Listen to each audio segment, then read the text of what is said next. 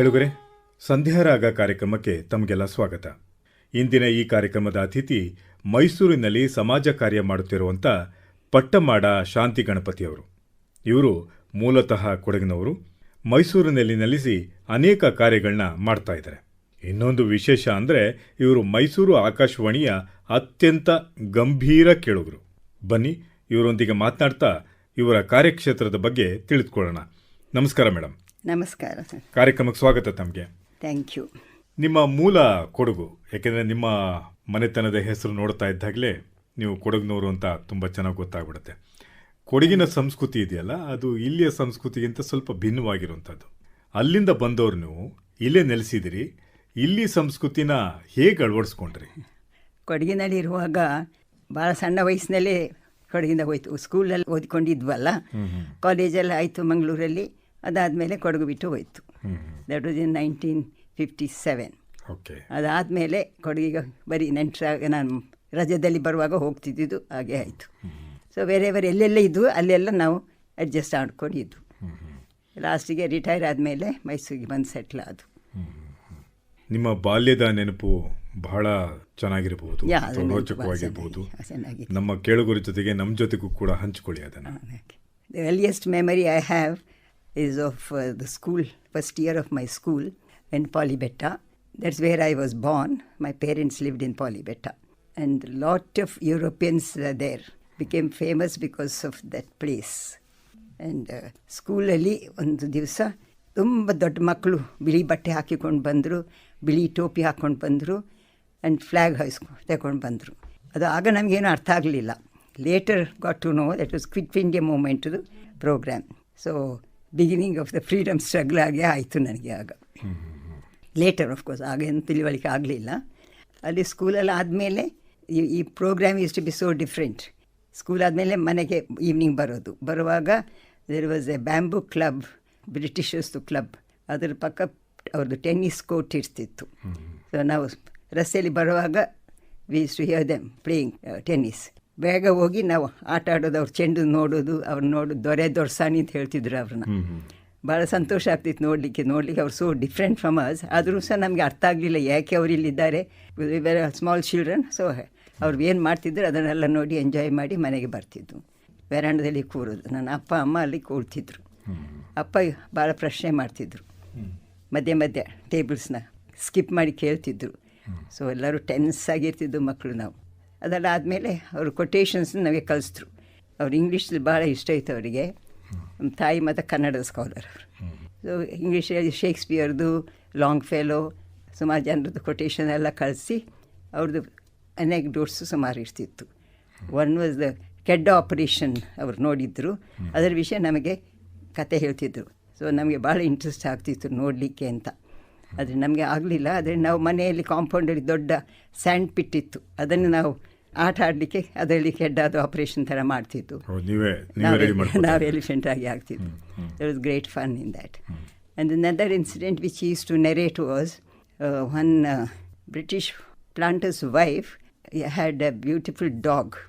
ಅದನ್ನು ತಗೊಂಡು ಅವ್ಳು ವಾಕ್ ಹೋಗ್ತಿತ್ತು. ನಮ್ಮ ಮನೆ ಪಕ್ಕ ಒಂದು ಇಂಡಿ ಡಾಗ್ ಇತ್ತು. ಆ ಇಂಡಿ ಡಾಗ್ ಅದನ್ನು ಅಟ್ಯಾಕ್ ಮಾಡಿ ಹೋಯಿತು. So that British lady got so angry, ಹೊಡಿಲಿಕ್ಕೆ ಹೋದು. ಅವಳು ಬಿದ್ದ ಮೇಲೆ ಅವಳಿಗೆ ಭಾಳ ಸಿಟ್ಟು ಬಂದು ಮನೆಗೆ ಹೋಗಿ ಮಡಿಕೇರಿ DC-ಗೆ ಒಂದು ಕಾಗದ ಬರೆದ್ರು. ತಕ್ಷಣ ಆ ಕಾಗದವನ್ನು ಸಿಕ್ಕಿದ ಮೇಲೆ DC ಪಾಲಿಬೆಟ್ಟದಲ್ಲಿರೋ ಪೊಲೀಸ್ ಸ್ಟೇಷನ್ಗೆ ಒಂದು ಪೊಲೀಸ್ ಕಾನ್ಸ್ಟೇಬಲ್ಗೆ ಹೋಗಿ ಚೆಕ್ ಮಾಡಲಿಕ್ಕೆ ಕಳಿಸಿದ್ರು ಅವ್ರನ್ನ.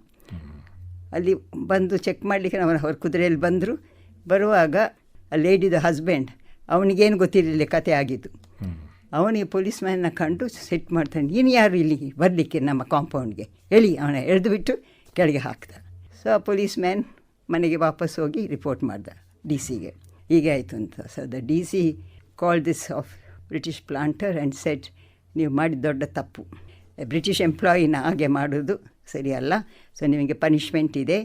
ಐದರ್ you go to jail for 1 year or leave India. So you have a choice, ಏನು ಬೇಕು ಮಾಡಿ. ಸೊ ಅವರು ಜೈಲಿಗೆ ಹೋಗಲಿಕ್ಕೆ ರೆಡಿ ಆಗಿರಲಿಲ್ಲ. ಇಂಡಿಯಾ ಬಿಟ್ಟು ಹೋಗ್ತೀನಿ ಅಂತ ಹೇಳಿ ತೋಟಗಳನ್ನೆಲ್ಲ ಮಾರಿ ಹೋದರು. ಸೊ ಅದಾದಮೇಲೆ sensational news, indie dog sends British officer packing. So ಅದನ್ನೆಲ್ಲ ನೋಡ್ಕೊಂಡು ತಂದೆಯವರು ಹೇಳ್ತಿದ್ರು, ನಾವು ಭಾಳ ನೆಗಾಡ್ತಿದ್ವು ಅಂತ. ನೀವು ಹುಟ್ಟಿದ್ದು ಯಾವ ಇಸ್ವಿ ಮೇಡಮ್? 1938. 38 ಅಂದರೆ ಸ್ವಾತಂತ್ರ್ಯ ಚಳವಳಿಯ ಪೀಕ್ ಟೈಮ್ ಅದು. ಈಗ ಗೊತ್ತಾಗ್ತದೆ ನನಗೆ. ಫ್ರೀಡಮ್ ಸ್ಟ್ರಗಲ್ ವಿಷಯ ಎಲ್ಲ ಮಾತಾಡ್ತಿದ್ರಲ್ಲ, ಪೀಕ್ ಟೈಮ್. ನೀವೆಲ್ಲ ನೋಡಿಲ್ವಾ ಸ್ವಾತಂತ್ರ್ಯ ಚಳವಳಿಯ ಯಾವುದೇ ಇದು ಸಂದರ್ಭಗಳು? ನೋಡಿಲ್ಲ, ಭಾಗವಹಿಸಲೂ ಇಲ್ಲ. ನಥಿಂಗ್. ಪಾಲಿಬೆಟ್ಟದಲ್ಲಿ ಏನೂ ಆಗ್ತಿರ್ಲಿಲ್ಲ. ನಾವು ಬ್ರಿಟಿಷರ್ಸ್ಗಳು ಇದ್ದರು, 47ವರೆಗೆ ಇದ್ದಿರಬೇಕು ಅಲ್ಲ, ಇಲ್ಲ ಇಂಡಿಪೆಂಡೆನ್ಸ್ ಸಿಕ್ಕಿದ ಮೇಲೆ ಅವರೆಲ್ಲ ಖಾಲಿ ಮಾಡಿ ಹೋದರು. But my father and mother were very close to the Britishers. ಸುಮಾರು ಜನರು ಮೀಟ್ ಆಗ್ತಿದ್ದು, ಅದೇ ಕ್ಲಬ್ಲೆಲ್ಲ ಮೀಟ್ ಆಗ್ತಿಲ್ಲ, ದಟ್ ಇಸ್ ಪ್ಯೂರ್ಲಿ ಫಾರ್ ಬ್ರಿಟಿಷರ್ಸ್ಗೆ. ಇಂಡಿಯನ್ಸ್ ಮೀಟ್ ಆಗ್ತಿರಲಿಲ್ಲ. Somewhere on the road they is to probably meet. Coffee ಒಂದು ಕಂಪನಿ ಇತ್ತಲ್ಲಿ, ಕನ್ಸಾಲಿಡೇಟೆಡ್ ಕಾಫಿ ಕಂಪನಿ ಅಂತ. ಅದರದ್ದು director was mister Bull, who actually started that company. ಅವರೊಟ್ಟಿಗೆ ನಮ್ಮ ಪೇರೆಂಟ್ಸ್ಗೆ ಭಾಳ ಕ್ಲೋಸ್ನೆಸ್ ಇತ್ತು. ಸೊ ಬ್ರಿಟಿಷರ್ಸ್ ಎಲ್ಲ ಹೋದ್ಮೇಲೆ ಏನಾಯಿತು ಗೊತ್ತಿಲ್ಲ. But first independence day I remember. ಅಷ್ಟರವರೆಗೆ ಎಲ್ಲ ಬ್ರಿಟಿಷರ್ಸ್ದು ಫಂಕ್ಷನ್ ಆಗ್ತಿತ್ತು ಅಲ್ಲಿ ದೊಡ್ಡ ಒಂದು ಜಮಖಾನ ಮೈದಾನದಲ್ಲಿ, ಪಾಲಿಬೆಟ್ಟದಲ್ಲಿ. ವಿಕ್ಟ್ರಿ ಡೇಯೋ, ಕಿಂಗ್ ಜಾರ್ಜ್ ಬರ್ತ್ಡೇಯೋ ಏನಲ್ಲ ಅದೆಲ್ಲ ಮಾಡ್ತಿದ್ರು, ಸ್ಪೋರ್ಟ್ಸ್ ಮಾಡ್ತಿದ್ರು. ಆ್ಯಂಡ್ ಎಲ್ಲ ಎಸ್ಟೇಟ್ ಲೇಬರರ್ಸ್ಗೆ ಸಹ ಕಾಂಪಿಟಿಷನ್ ಇರ್ತಿತ್ತು. ಸೊ ನಾವಲ್ಲಿ ನೋಟಿಗೆ ಹೋಗ್ತಿದ್ದು. ಬಟ್ ಇಂಡಿಪೆಂಡೆನ್ಸ್ ದಿವಸ ಮಾತ್ರ ಇಟ್ ವಾಸ್ ಡಿಫ್ರೆಂಟ್.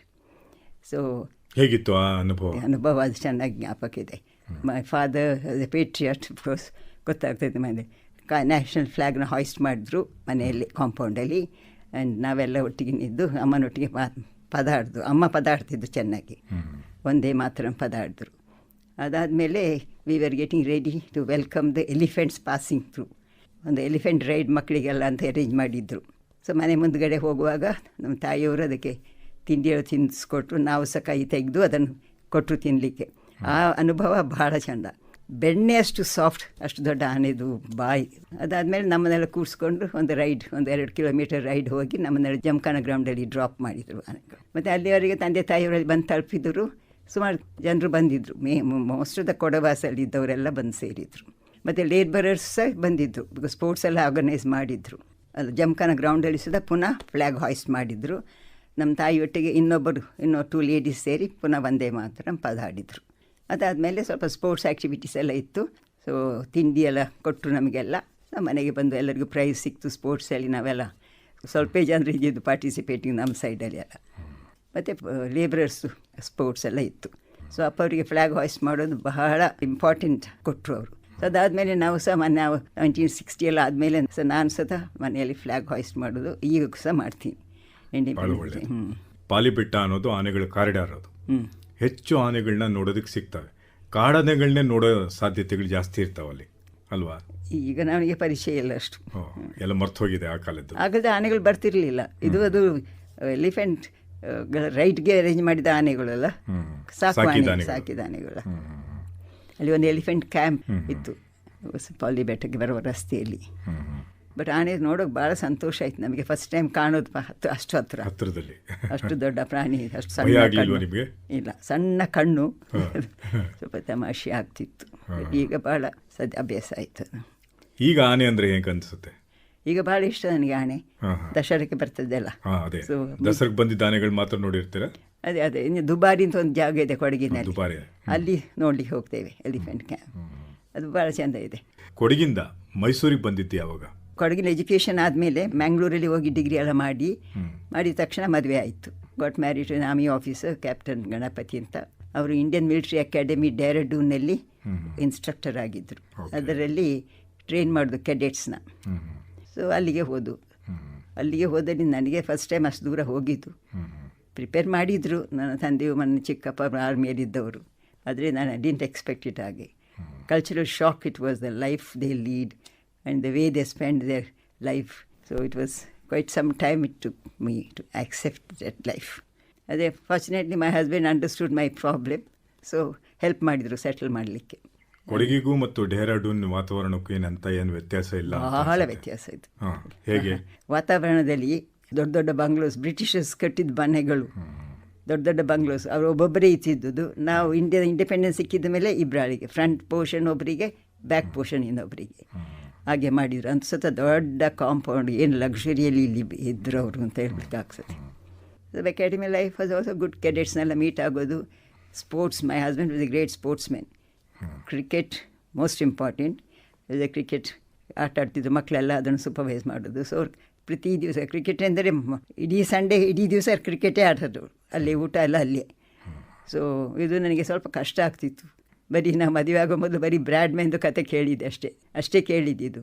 ಈಗ ಎಲ್ಲ ಕಲ್ತ್ಬಿಟ್ಟು ಕಮೆಂಟ್ರಿ ಎಲ್ಲ ಕೇಳಿ ಕಲಿಸ್ಬಿಟ್ರು ಕ್ರಿಕೆಟ್ ಬಗ್ಗೆ. ಮಧ್ಯಾಹ್ನವೇ ಅಲ್ಲಿಂದ ಹಾಕಿ ಆಟ ಆಡ್ತಿದ್ರು, ಟೆನ್ನಿಸ್, ಸ್ಕ್ವಾಷ್, ಏನು ಗೇಮ್ ಎಲ್ಲ ಮಾತಾಡ್ತಿದ್ರು ಅವರು. ಸೊ ನನಗೂ ಕಲಿಸಿದ್ರು. ಸೊ ಭಾಳ ಸಂತೋಷ. ಯಾಕೆಂತ ಹೇಳಿದ್ರೆ ಗಣಪತಿಯವ್ರ ಬಗ್ಗೆ ಮಾತಾಡ್ತಾ ಇದ್ದಾರೆ, ನಿಮ್ಮ ಮುಖದಲ್ಲಿ ಒಂದು ತೇಜಸ್ ಕಾಣಿಸ್ತಾ ಇದೆ. ಹೇಳಿ ಮೇಡಮ್, ಗಣಪತಿಯವ್ರ ಬಗ್ಗೆ ಹೇಳಿ. ಅದು ಒಂದು ಹೇಳಬೇಕು ನಿಮಗೆ, ಇಂಡಿಪೆಂಡೆನ್ಸ್ ಸಿಕ್ಕಿತ್ತಲ್ಲ ನಮಗೆ, ಆಗ ಡೆಹ್ರಾಡೂನಲ್ಲಿ ಏನಾಯಿತು ಅಂತ. My husband join the academy 1947 January. So independence ಸಮಯದಲ್ಲಿ ಅವರು ಅಲ್ಲೇ ಇದ್ದರು ಕೆಡೆಟ್ಸ್ ಆಗಿ. 3rd ಕೋರ್ಸ್ ಅವರು, ಫಸ್ಟ್ ಕೋರ್ಸ್ ಅವರು ಪಾಸ್ ಆಗಿಬಿಟ್ಟಿದ್ರು, 2nd ಕೋರ್ಸ್ನವರು 3rd ಕೋರ್ಸ್ನವರು ಇದ್ದರು ಅಲ್ಲಿ. ಸೊ ಆ ದಿವಸ ಫ್ಲ್ಯಾಗ್ ಹಾಯ್ಸ್ಟ್ ಮಾಡಲಿಲ್ಲ, ಇಂಡಿಯನ್ ಫ್ಲ್ಯಾಗಲ್ಲಿ ಬ್ರಿಟಿಷ್ ಫ್ಲ್ಯಾಗೇ ಇತ್ತು. ಎಲ್ಲ ಬ್ರಿಟಿಷ್ ಆಫೀಸರ್ಸ್ರೇ ಇದ್ದಿದ್ದ ಇನ್ಸ್ಟ್ರಕ್ಟರ್ಸ್ ಆಗಿ ಅಲ್ವಾ. ಫ್ಲ್ಯಾಗ್ ಹಾಯ್ಸ್ಟ್ ಮಾಡೋದಿಲ್ಲ, ಅದಕ್ಕೆ ಇವರಿಗೆ ಅದರ ವಿಷಯ ಬೇಸರ ಆಗಿರಲಿಲ್ಲ. ಸೊ ಸೆಪ್ಟೆಂಬರ್ 14th 15th ಏನೋ ಇಂಡಿಯನ್ ಫ್ಲ್ಯಾಗ್ ಹಾಯ್ಸ್ಟ್ ಮಾಡಿದ್ದು.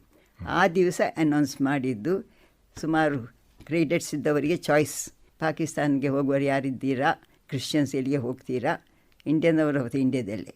So quite a few volunteer to go Muslims, some stayed in India it self.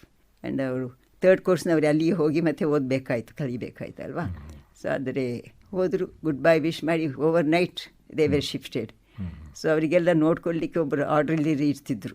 So next morning ಅವರು ಬಂದು ನೋಡುವಾಗ ರೂಮೆಲ್ಲ ಖಾಲಿ, ಎಲ್ಲಿ ಹೋಯ್ತು ಅಂತ ಅವರೆಲ್ಲ ಕ್ವೆಶ್ಚನ್ ಮಾಡುವಾಗ ಮತ್ತೆ ಗೊತ್ತಾಯ್ತು ಅವರೆಲ್ಲ ಹೋಗ್ಬಿಟ್ರು ಅಂತ ಮಕ್ಕಳು.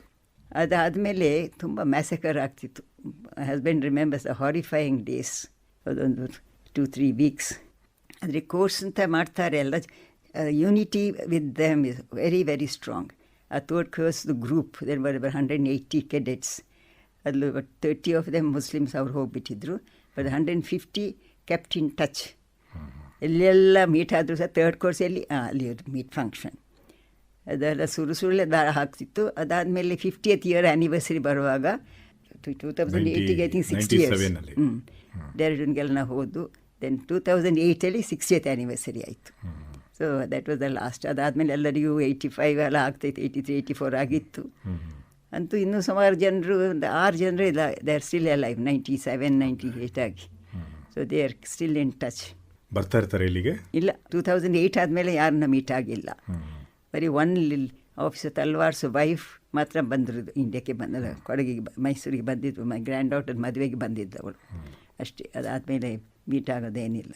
ಮಿಲಿಟರಿ ಬದುಕನ್ನು ನೀವು ಹತ್ತಿರದಿಂದ ಕಂಡಂಥವ್ರು, ಜೊತೆಗೆ ನಿಮ್ಮ ಯಜಮಾನರು ಕೂಡ ಆರ್ಮಿಲಿ ಇದ್ದಂಥವ್ರು.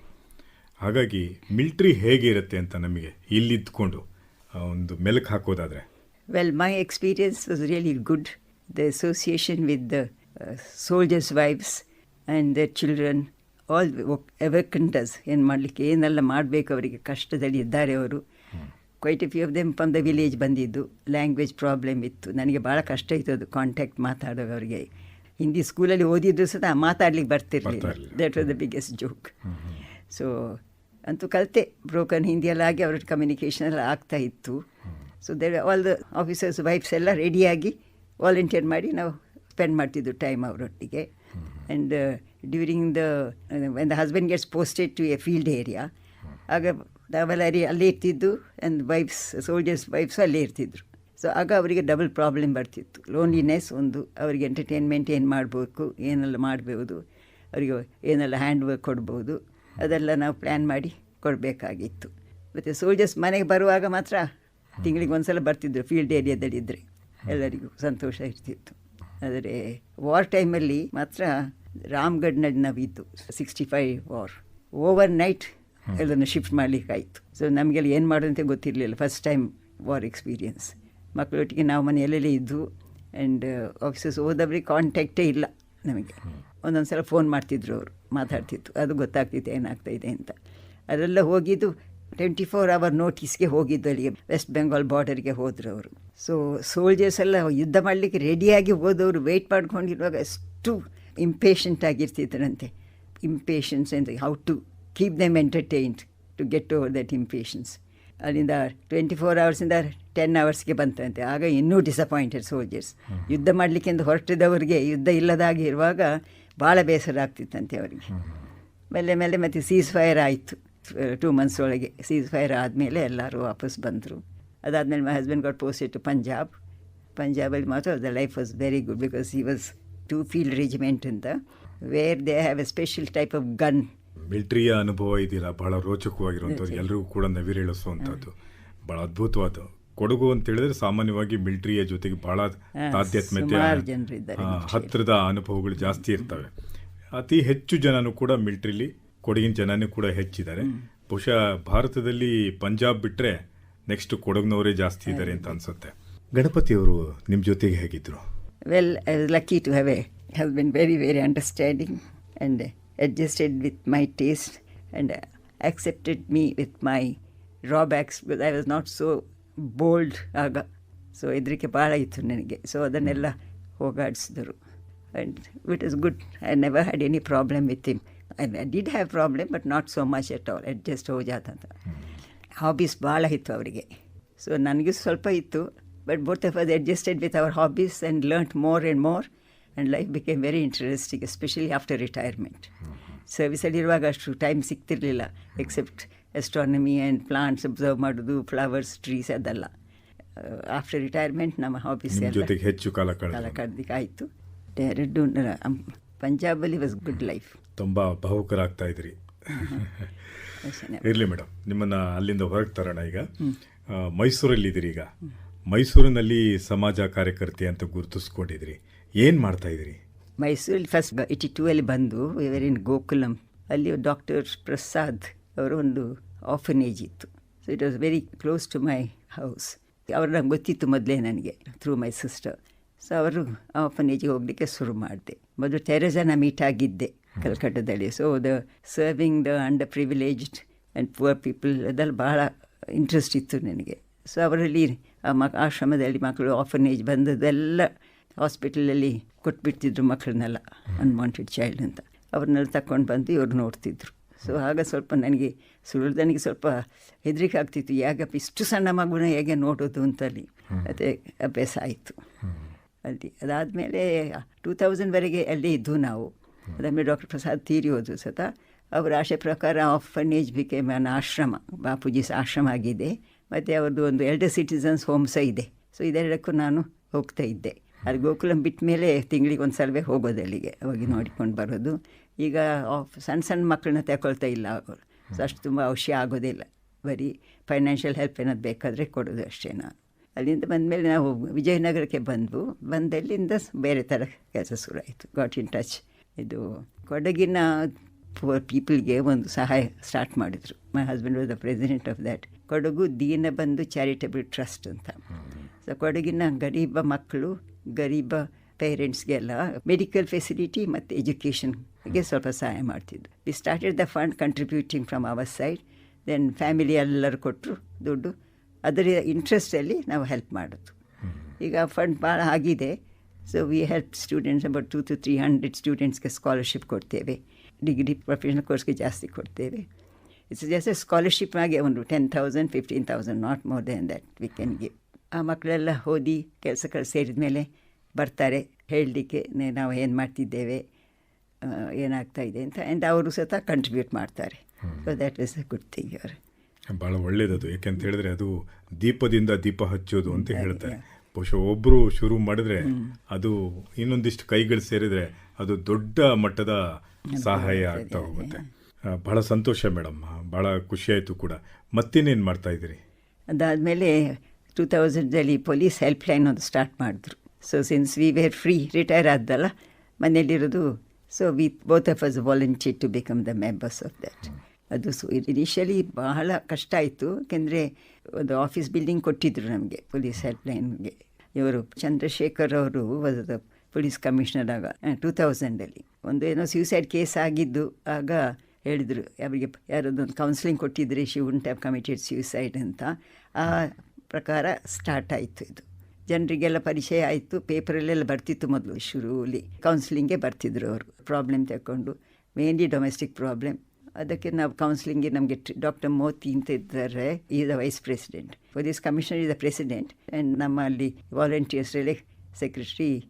ನಾವು ಕಲ್ತಿರಲಿಲ್ಲ ಮೊದಲೆಲ್ಲ, ನಮ್ಮ ಥರ ಕೌನ್ಸಿಲಿಂಗ್ ಆಗ್ತಿತ್ತು. ಈಗ ಸರ್ ಪ್ರೊಫೆಷನಲ್ ಸ್ಟೈಲಾಗೆ ಕಲ್ತು ನಾವೆಲ್ಲ ತುಂಬ ಇದ್ವು ನಾವು. ಆದರೆ ಕೋವಿಡ್ ಬಂದಮೇಲೆ ಕಡಿಮೆ ಆಗಿಬಿಡ್ತು. ಸೊ ಈಗ ಶುರು ಮಾಡಿದ್ದೇವೆ ಅಂತೂ ಭಾಳ ಕಮ್ಮಿ. So some of them are so dedicated. 2-3 slots ಮಾಡ್ತಾರೆ. ನಾವು ಒಂದೇ ಒಂದು ಸ್ಲಾಟ್ ಮಾಡುವವರು we go at 10 o'clock and return by 1:32. Afternoons ಹಾಗೆ. ನಾನು ಬೆಳಿಗ್ಗೆ ಮಾತ್ರ ಹೋಗೋದು. ಹಸ್ಬೆಂಡ್ ಇರುವಾಗ ನಾವು ವಿಬ್ರಾಲ್ ಮಾಡ್ತಿದ್ದು. ಅವ್ರು ಹೋದ್ಮೇಲೆ ಒಂದು ಸ್ವಲ್ಪ ಟೈಮ್ ಆಫ್ ಮಾಡ್ಕೊಂಡಿದ್ದೆ, ಇನ್ನು ಶುರು ಮಾಡಿದೆ. ದೆನ್ ಆಲ್ಕಹಾಲಿಸಮ್ ಬಹಳ ಸ್ಟ್ರಾಂಗ್ ಇದೆ poor people. So we got the alcoholic anonymous ಒಂದು ಸೆಂಟಿಫಿಕ್ ಫಿಲೋಮಿನಸ್ ಕಾಂಪೌಂಡಲ್ಲಿ ಇದೆ. ಸೊ ಅವರಿಗೆ ಅಲ್ಲಿ 2-3 ಜನರು ಬಂದು ಗೈಡ್ ಮಾಡ್ತಾರೆ. ಅಂತ ಸುಮಾರು ಸಕ್ಸೀಡ್ ಆಗಿದ್ದಾರೆ. ಅದು ಈಗಲೂ ನಡೀತಾ ಇದೆ ಹಾಗೆ. ಮತ್ತಿನ್ನೇನು ಮಾಡ್ತಾಯಿದ್ದೀರಿ ಮೇಡಮ್? ಯಾವ ಥರ ಜನಗಳಲ್ಲಿ ಅವೇರ್ನೆಸ್ ಕ್ರಿಯೇಟ್ ಮಾಡೋದಕ್ಕೆ, ಜಾಗೃತಿ ಮೂಡಿಸೋದಕ್ಕೆ ಏನಾದ್ರು ಕಾರ್ಯಕ್ರಮಗಳು? ಈಗ ನೀವು ಆಲ್ಕೋಹಾಲಿಕ್ ಇದ್ರ ಬಗ್ಗೆ ಹೇಳಿದ್ರೆ ಬಾಲಸುಬ್ರಹ್ಮಣ್ಯಂನ ಮೀಟ್ ಆಗಿದ್ದೆ ನಾನು. ಅವ್ರ ವಿಷಯ ಓದ್ತಾ ಇದ್ದೆ. ಸೊ ಭಾಳ ಸಂತೋಷ ಆಗ್ತಿತ್ತು. ವಿವೇಕಾನಂದಂದು ನಾನು I am also Vivekananda follower. And ನಮ್ಮ ದೀನ ಬಂದು ಸೈಡಿಂದ ಸಹ ಹೋಗ್ತಿದ್ದು ಅವ್ರನ್ನ ಮೀಟ್ ಆಗಲಿಕ್ಕೆ. ಸೊ ಮಕ್ಕಳಿಗೆ ಪ್ರಯೋಜನ ಆಗ್ತಾಯಿದೆ. ಅವ್ರು ಬಂದು ಅಡ್ವೈಸ್ ಕೊಡ್ತಿದ್ರು ನಮ್ಮ ಸ್ಕೂಲ್ ಮಕ್ಕಳಿಗೆಲ್ಲ, ಕೊಡಗಿನ ಮಕ್ಕಳಿಗೆಲ್ಲ. ಸೊ ಆಗ ಕಾಂಟ್ಯಾಕ್ಟ್ ಆದಾಗ ಪ್ಯಾಲಿಟಿಕ್ ಕೇರಲ್ಲಿ ಅವ್ರು ಇನ್ವಾಲ್ವ್ ಆಗ್ತಾ ಅಂತ ಗೊತ್ತಾಯಿತು. ಅದ್ರ some honorary doctors and nurses ಅವರೊಟ್ಟಿಗೆ ಅವರು ವೆಹಿಕಲ್ ಕೊಡ್ತಾರೆ ಯಾರು, ಅದರಲ್ಲಿ ಹೋಗಿ ಮನೆ ವಿಸಿಟ್ ಮಾಡೋದು. ಪುವರ್ ಪೀಪಲ್ಗೆ ಅವ್ರಿಗೆ ICU ಅಲ್ಲಿ ಇರಲಿಕ್ಕೆ ಆಗೋದಿಲ್ಲ ಅಲ್ಲ, ಹಾಸ್ಪಿಟ್ಲ್ ಇರಲಿಕ್ಕೆ ಸಹ ಚಾನ್ಸ್ ಇಲ್ಲ. ಅದಾದಮೇಲೆ ಸ್ವಲ್ಪ ದುಡ್ಡು ಕಲೆಕ್ಟ್ ಮಾಡಿ ಆದಮೇಲೆ ದೇ ಓಪನ್ ಎ ಸೆಂಟರ್. ಮೈಸೂರದು ಸ್ಯಾನಿಟೋರಿಯಂ ಪಕ್ಕ ಕ್ಯಾಂಪಸಲ್ಲಿ ಒಂದು ಬಿಲ್ಡಿಂಗ್ ಕಟ್ಟಿ ಅದಕ್ಕೆ ಸಹಾಯ ಮಾಡೋದು. So to collect the money they use to organise music programme. So doctor Balasubramaniam ಇದ್ರಲ್ಲ, ಅವರು 2-3 ಸಲ ಮಾಡಿದ್ದಾರೆ. ಸೊ ಅದಕ್ಕೆಲ್ಲ ನಾವು ಕಂಟ್ರಿಬ್ಯೂಟ್ ಮಾಡ್ತಿದ್ದು. Actually my parents are my role models. Fathers was a philanthropist and use to work for the development of the society and ಸ್ಕೂಲ್ಗೆ, ಮಕ್ಕಳಿಗೆ school ತೆರೆಯೋದು ಅದೆಲ್ಲ ಮಾಡ್ತಿದ್ರು. ಬ್ರಿಟಿಷ್ ಕ್ಲಬ್ ಇತ್ತಲ್ಲ, ಅದರಲ್ಲಿ ಇಂಡಿಯನ್ಸ್ಗೆ ಹೋಗ್ಲಿಕ್ಕೆ ಆಗ್ತಿರ್ಲಿಲ್ಲ ಆಗ. ಸೊ ಈ open A separate club for the locals.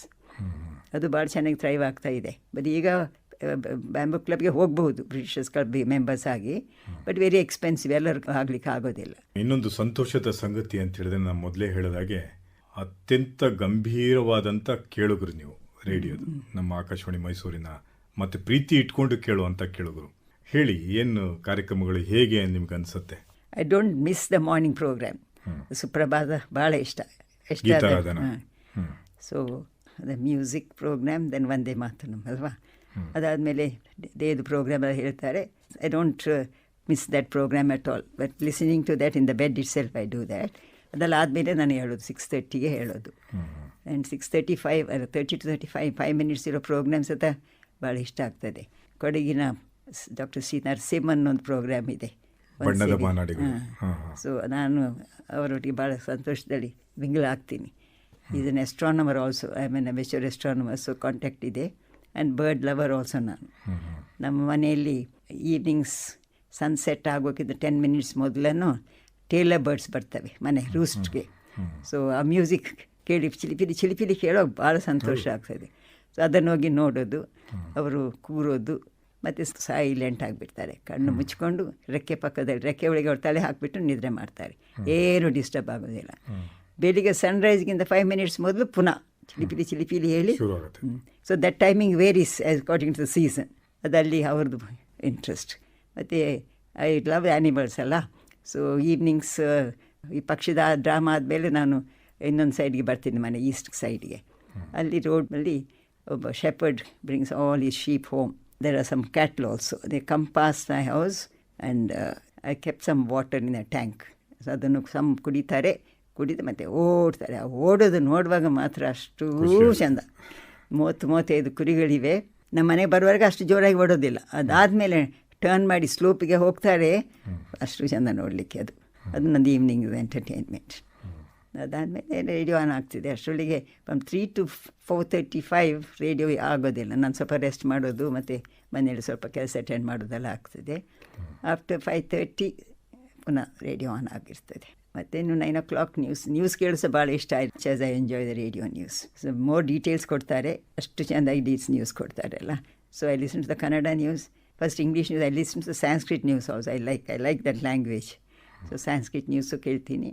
The advantage of radio program is I can be doing any work. The radio is there. Whereas TV ಆದರೆ ಕೂತ್ಕೊಂಡು ಅಲ್ಲಿ ಬರೀ ನಿಟ್ಟಿಂಗ್ ಮಾತ್ರ ಮಾಡಲಿಕ್ಕೆ ಆಗೋದು, ಇನ್ನೇನೆಲ್ಲ ಹೊಲಿಯೋದೇನಾದರೂ. ಇದು radio is advantages for that. So 11 o'clock 5 past 11 English news ಆದಮೇಲೆ good night ಹೇಳಿ ಎಲ್ಲರೂ ಕ್ಲೋಸ್ ಆಗೋದು.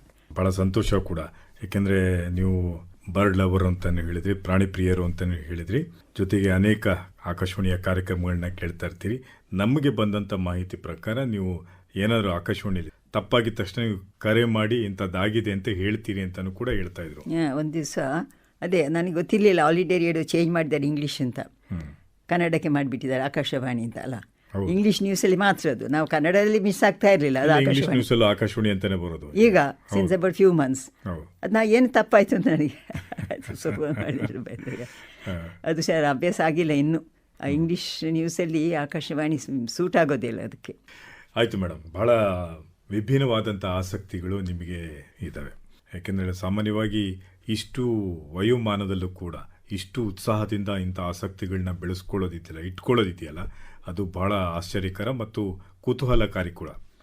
ಮುಂದೆ ಏನು ಮಾಡಬೇಕು ಅಂತ ಇದ್ದೀರಿ? Well, I am almost with my evening of my life. So ಇದು ಏನು ಮಾಡಲಿಕ್ಕೆ ಅಂತ ವಿಶೇಷ ಇಲ್ಲ, but keep every one happy, because I leave for others ಅಂತ ಆಗ್ತಾ ಇದೆ ನನಗೆ. ಬಿಕಾಸ್ ಒಂದು ಟ್ಯಾಗೋರ್ದೊಂದು ಕೊಟೇಶನ್ ಇದೆ, ಅದು ಬಹಳ ಫೇತ್ ನನಗೆ. ಅದು ಇಂಗ್ಲೀಷಲ್ಲಿ ಇದೆ, I couldn't get it translated. My mornings began with songs and poems. Now with the evening of my life, my mind is filled with forms and colours. Rabindranath Tagore, the quotation, I believe in it so much. I feel the evening of my life. It was difficult after my husband passed away because we were involved in so many things together, alva. So it was difficult for me to accept initially. Then just I had to do it. Ganapati had many hobbies, alva. ಅದು ನಾನು ಹೇಳಿದ ವಿಷಯ. So I had to keep my sunset years alive. So I kept after he passed away, I had to keep my activities as usual, didn't change at all. ಮಕ್ಕಳು ಬರ್ತಾ ಇರ್ತಾರೆ, but I stay here alone with my helpers. But I keep telling my children about my life in the army, ಏನೆಲ್ಲ ಇತ್ತು. So ಅದೆಲ್ಲ ಅವ್ರಿಗೆ ಇಷ್ಟ ಆಗ್ತದೆ. ಜಬಲ್ಪುರಲ್ಲಿರುವಾಗ all my children were big enough to understand life. So we had to make the life interesting for the children. We had always had dogs and cats wherever we went. And in Jabalpur, we had a facility to have some chicken also. All that I had. So I was very happy. In my parents' house, we had all that, except cow, I had all the pets. So ಒಂದ್ಸಲ ಹಾಗೆ ಹೇಳಿದೆ, cow ಒಂದು ಮಡಗೋ chance ಇದ್ದರೆ ಒಳ್ಳೇದಿತ್ತಲ್ಲ ಅಂತ. So that was just passed off as a joke. ಕುತೂಹಲದ ಪ್ರಶ್ನೆ, ಮಕ್ಕಳ ಬಗ್ಗೆ ಹೇಳ್ತಾ ಇದ್ರಿ, ಏನು ಮಾಡ್ತಾ ಇದ್ದಾರೆ ಮಕ್ಕಳೆಲ್ಲ? ಮಕ್ಕಳು, one son and 2 daughters I have. Son is working up, he used to work for arts and so many other companies, he kept changing. He studied in IIM Calcutta, where a friend of mine was his guardian. After my husband passed away, he gave up his job and we started up startups. So adರಲ್ಲಿ independent ಆಗಿರ್ಬೋದಲ್ಲ. So he is there in Bangalore. Then the daughter, second one, the daughter, she is speech and hearing masters ಮಾಡಿದವಳು. So therapy ಕೊಡ್ತಿದ್ದಾಳೆ ಅಲ್ಲಿ ಬ್ಯಾಂಗ್ಳೂರಲ್ಲಿ, and she is open on institute for speech and hearing where she runs third one, she worked as a teacher in before marriage. She got married to a army dentist. ಮತ್ತು ಮಕ್ಕಳು ಹಾಗೆ ಬರೋದು ಇರ್ತಾರೆ, ಎಲ್ಲರೂ busy in their own way, but they know I am happy in my own way. ಇಂಥದ್ರೆಲ್ಲ ಸಂತೋಷ ಕಾಣೋದು ಜಾಸ್ತಿ. ಭಾಳ ಸಂತೋಷ ಮೇಡಮ್. ಇಷ್ಟೊತ್ತು ಸಾಕಷ್ಟು ನಿಮ್ಮ ಬಗ್ಗೆ ಸಾಕಷ್ಟು ವಿಚಾರಗಳನ್ನ ನಮಗೆ ತಿಳಿಸ್ಕೊಟ್ರಿ. ನಮ್ಮ ಕೆಳಗರು ಕೂಡ ಕುತೂಹಲ ಇರುತ್ತೆ, ಹೇಗಿರ್ಬೋದು ಲೈಫು ಅಂಥೇಳಿ. ಅದ್ರ ಬಗ್ಗೆ ನಿಮ್ಮ ಲೈಫಿನ ಒಂದು ಮುಖವನ್ನು, ಒಂದು ಪಾರ್ಶ್ವವನ್ನು ನಮ್ಮ ಜೊತೆಗೆ ಮತ್ತು ನಮ್ಮ ಕೆಳಗರ ಜೊತೆಗೆ ಹಂಚಿಕೊಂಡಿದ್ರಿ. ಕಾರ್ಯಕ್ರಮದಲ್ಲಿ ಭಾಗವಹಿಸೋದಕ್ಕಾಗಿ ಧನ್ಯವಾದಗಳು. ನಮಸ್ಕಾರ. ನಮಸ್ಕಾರ. ನನ್ನ ಧನ್ಯವಾದ.